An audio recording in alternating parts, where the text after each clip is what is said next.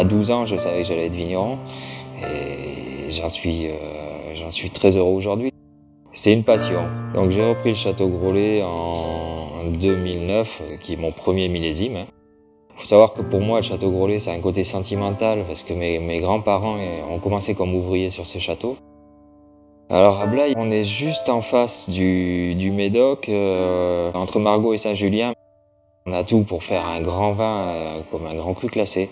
Et moi, ce que j'ai voulu faire, c'est un grand cru non classé, puisqu'on n'a pas de classement à Blaye.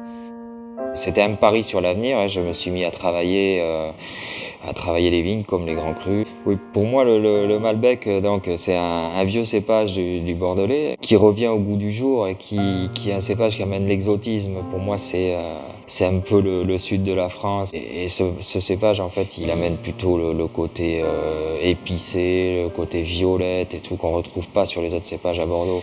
Et donc, il m'a fallu simplement maîtriser la vigueur des vignes par l'enherbement, travailler, comme on le disait tout à l'heure, au niveau du vignoble, avec des feuillages manuels, éclaircissage, comme les grands crus classés.